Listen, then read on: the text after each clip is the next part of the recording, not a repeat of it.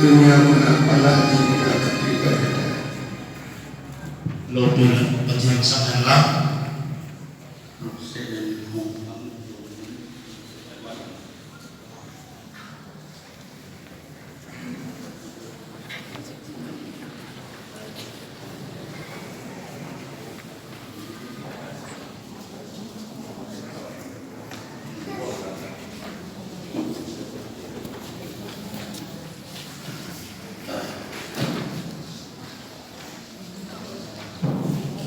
please be seated.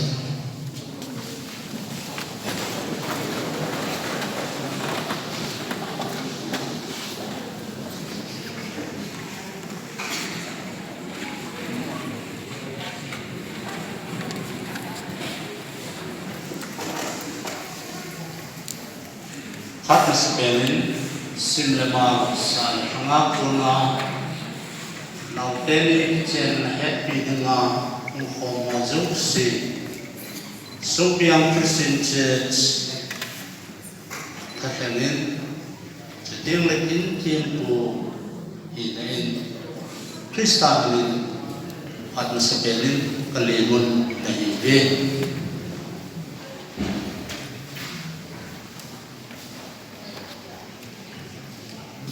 Yevi waktu pas nami ayah wa baik menurut दूर-दूर से भी आया हुआ आप लोग का चेहरा देख के पता चला इस कलीसिया के नाम और पिता परमेश्वर के नाम से आप लोगों सबको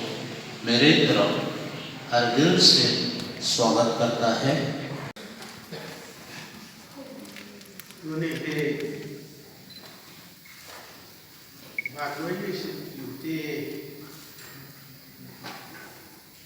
Wajinga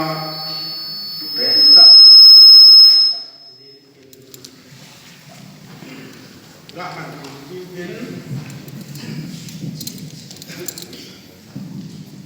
kini gak aman kini dia kini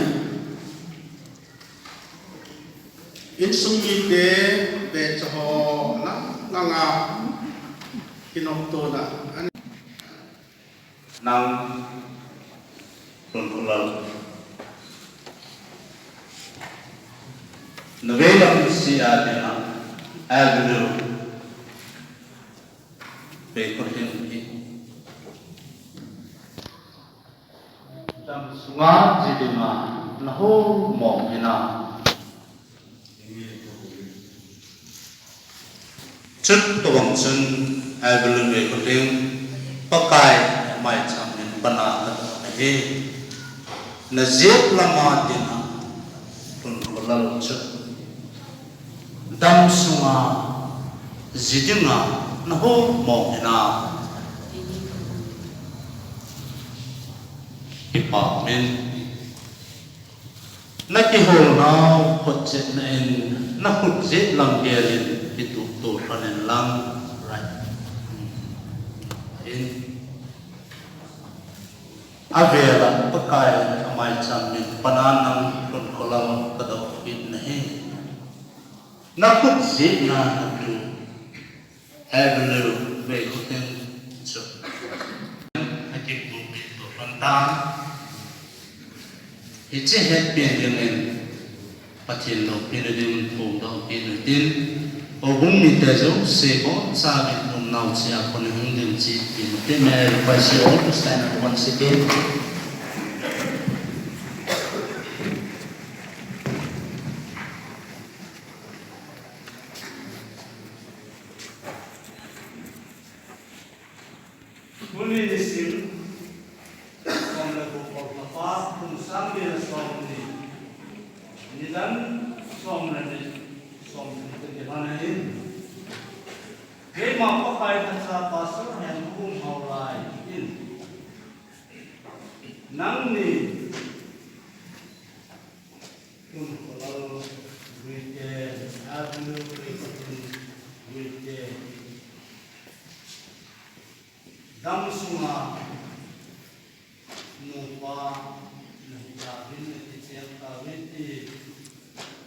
Lots of ba ra bao tiêu nên là bộ ta này phát triển là sang bộ thì nên kiện thì em amen.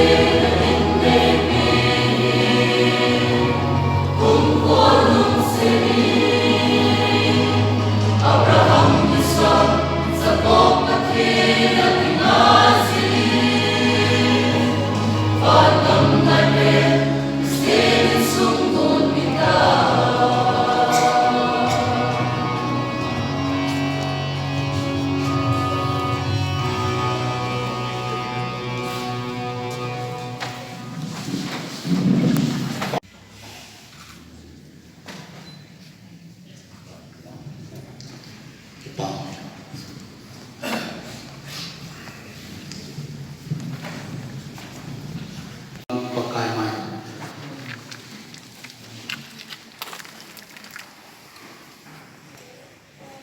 lung gila ni pi chang jong e na pi la tu ni sim som lo tu on pa sang ni la som ni ta ke ni e ma pakai ka cha pastor and ko online so pi te ni pakai ka pa ni pat e en bo nei khane Abraham pathian na ta sana na tu de pi muhan lang Isaac pathian golo dina nesi rochen no pateni van sai sarana wang ta e na bo nam Zakat pathian chun in purnaman nam na purul naw lam in ni fin pathian no puizin nam Bitoy khane he chiri pi ham van gam lam pi ki ko sa to de pan la to de ti ai ta je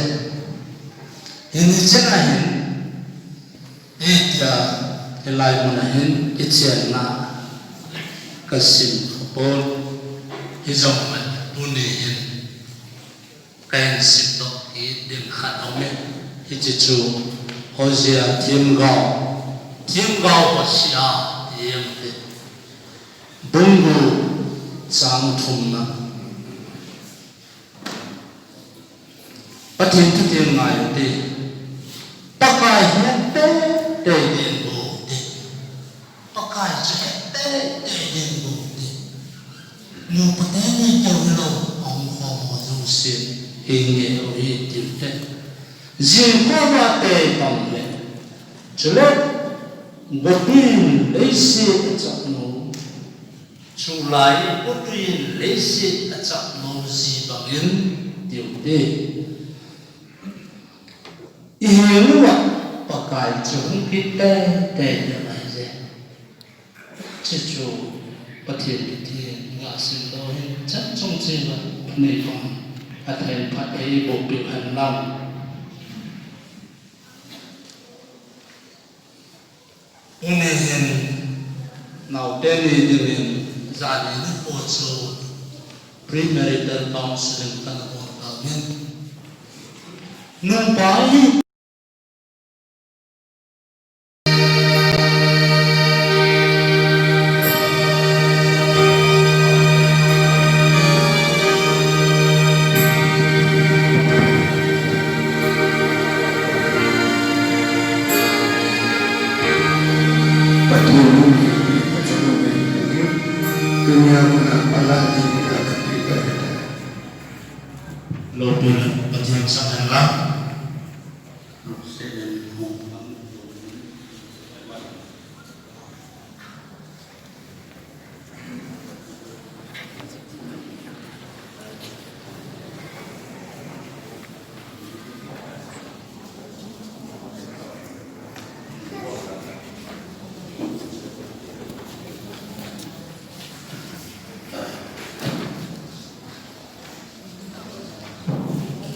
Please be seated.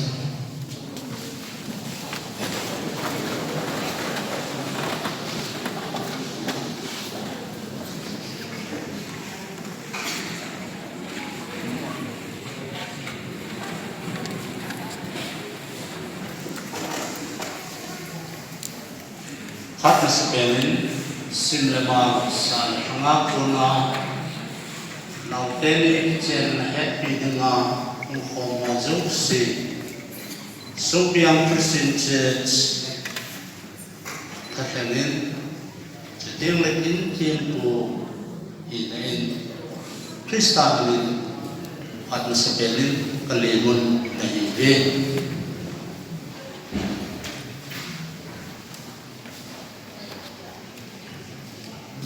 Yevi waktu pas nami ayahwa baik menurut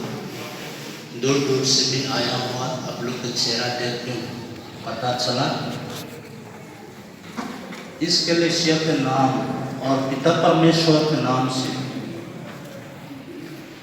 आप लोगों सबको मेरे तरफ हर दिल से स्वागत करता है।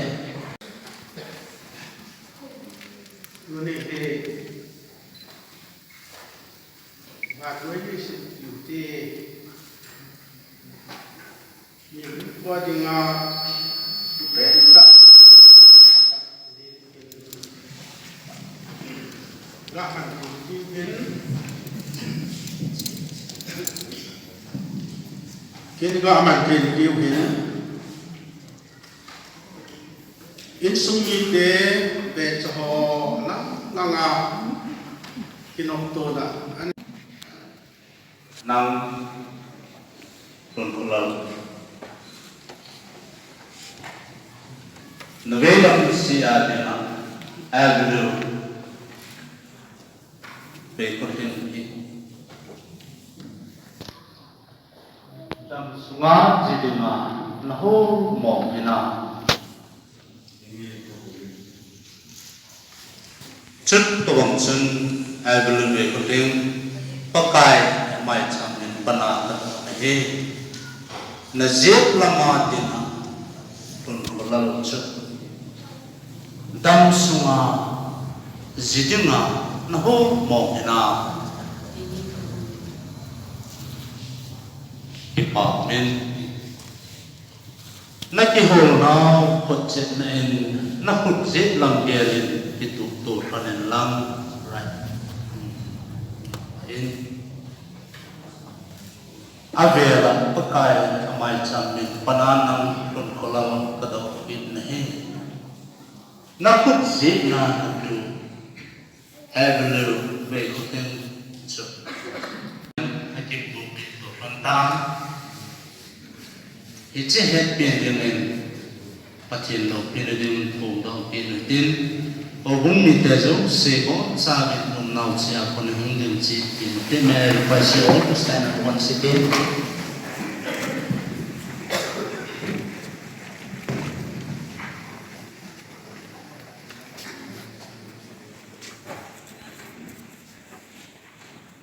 Muli disim,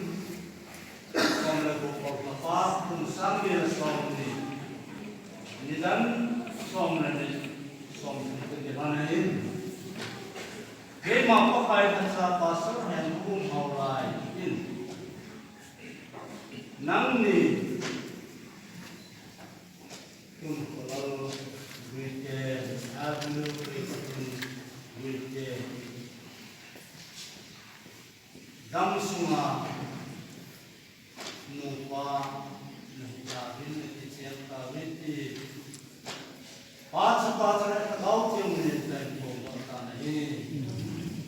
patin na sang ko ni gandihan amen kom ko an am tuin ni pakai Yesus Kristus nung sina Papa din ko na ilong tan sila sa kao tiyak si Popin nung pinachulog. Kung may te, kung si yung naman